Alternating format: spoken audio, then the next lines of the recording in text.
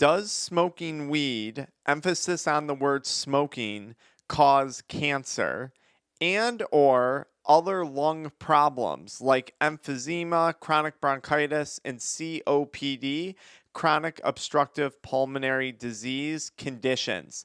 That's the question that we're going to talk about in today's brief video. Now, as a huge disclaimer, I hated making this video. I hated editing this video, and I'm going to hate talking about it. I make videos that help people struggling with addiction quit smoking weed. And anytime we put out a video that's a piece of fear-mongering content, I hate it. I despise it. Because what happens if you're struggling with a weed addiction and you become fearful? That fear creates stress and anxiety.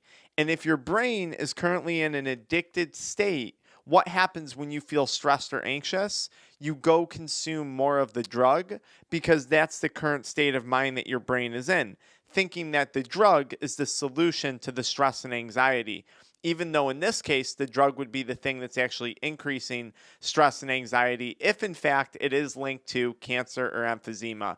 So don't base my channel on this video if you're new here, because my other videos are way better. Anytime you burn anything, okay, it doesn't matter what you're burning. I could roll up a piece of paper and burn it. You are going to get carcinogenic byproducts because of the act of combustion or burning something, okay? And these carcinogenic byproducts are the things that cause cancer. They're often referred to as reactive oxygen species. You can think of these things as cells that are damaged and then they spread throughout the body like wildfire, interacting with all of your healthy DNA and RNA and all of your healthy cells, creating more damage. And when you smoke anything, tobacco, weed, a piece of paper, a cigar, it doesn't matter what you are smoking or burning, you are going to get carcinogenic byproducts. Now, specifically, when it comes to weed, this is very interesting.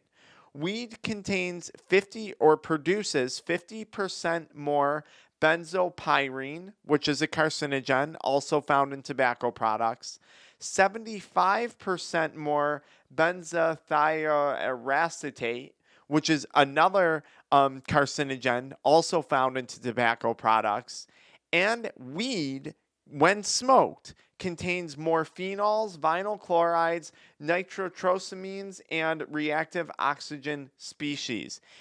Weed has 33 carcinic containing materials in it when it is smoked, okay? And in some quantities greater than that than you would find in cigarettes or burned tobacco products. We know that when you burn weed, okay, there is carcinogenic or cancer-causing activity, period. That is an undeniable fact. On top of that, according to the American Lung Association, for at whatever level you value them, they say that weed smoking deposits up to 4 times more tar production in the lungs, okay? And there's many reasons for this tar production. Now, mind you, I'm talking about the same tar that you would find in asphalt, okay? That you would find in petroleum, the same tar. Weed, 4 times greater quantity deposited in the lungs than with cigarettes. Now, there's different reasons for that, and there's different arguments about that. One, it has to do with that most people smoke weed in an unfiltered state, right? So there's nothing blocking that tar production. Two, on the flip side, most people would argue, well, yes, that might be true, but, people smoke way more cigarettes. They chain smoke cigarettes as compared to weed. They smoke way less. Most people I am speaking to are smoking weed like you would chain smoke cigarettes from the moment you wake up to the moment you go to bed, okay? And it is proven that that is more tar production, which can cause a whole host of problems. Imagine depositing a bunch of tar into your lungs. Do you think that's going to cause an obstructive pulmonary disease, emphysema, chronic bronchitis? Of course it's going to. We'll talk about that more in a minute. Now, with that being said, obviously I just talked about weed and some of the cancer risk.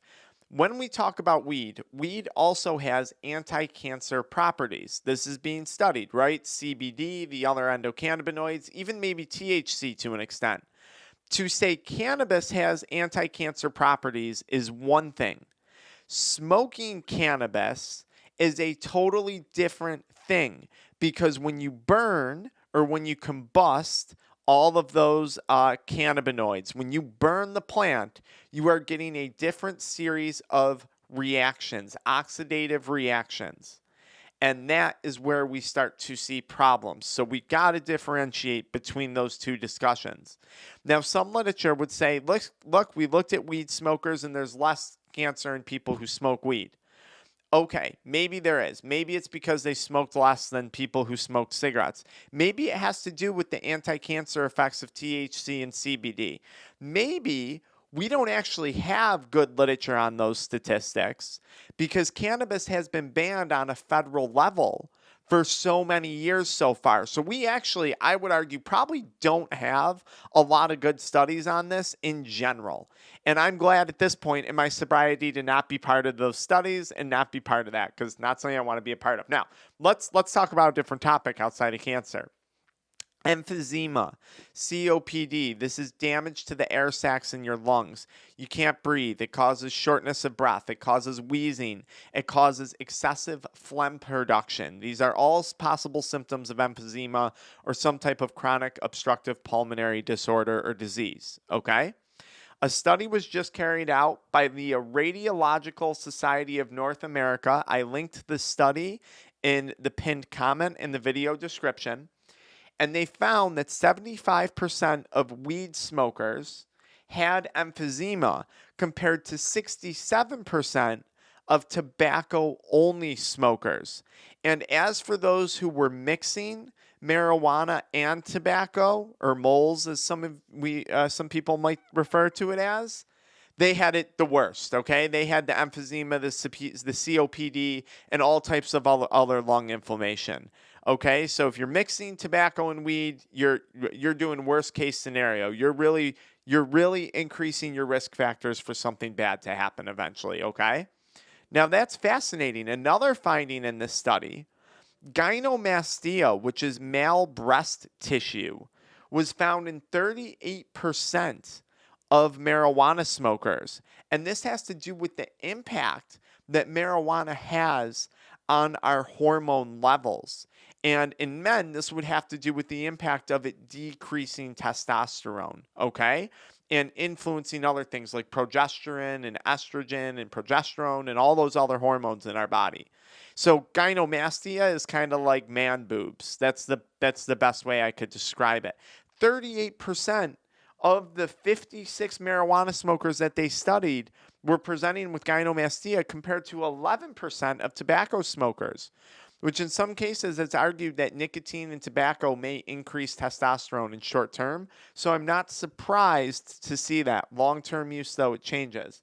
When I read something like this, and I'm thinking about some of the negatives when it comes to smoking weed, do I want to have man boobs with gynecomastia, emphysema, COPD, and increasing my risk of potentially lung cancer because of the carcinogens and tar production that's going into my lungs if I'm smoking weed?